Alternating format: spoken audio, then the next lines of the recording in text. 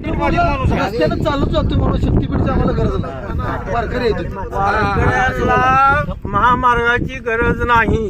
वारकरी आमचा काट्याकुट्यातनं माळ रानातनं जाणारा वारकरी आहे. तेव्हा आम्हाला ह्या शक्तीपीठ महामार्गाची कुठल्याही प्रकारची गरज नाही. आणि आमच्या सगळ्या शेतकरी बांधवांचा या शक्तीपीठाला पूर्णपणे विरोध आहे. तरी हा शक्तीपीठ महामार्ग आम्ही होऊ देणार नाही.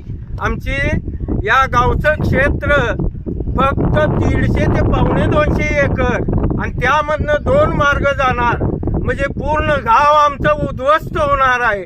या पूर्ण गावाचा सरकारनं विचार करावा आणि हा शक्तीपीठ मार्ग रद्द करावा एवढीच मागणी आमची.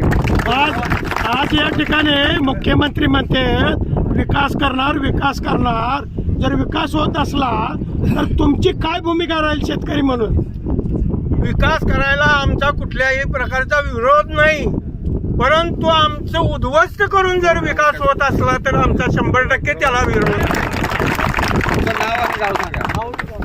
माझं नाव जयवंत सकाराम जाधव, वज्रचौंडे. मामा मालक.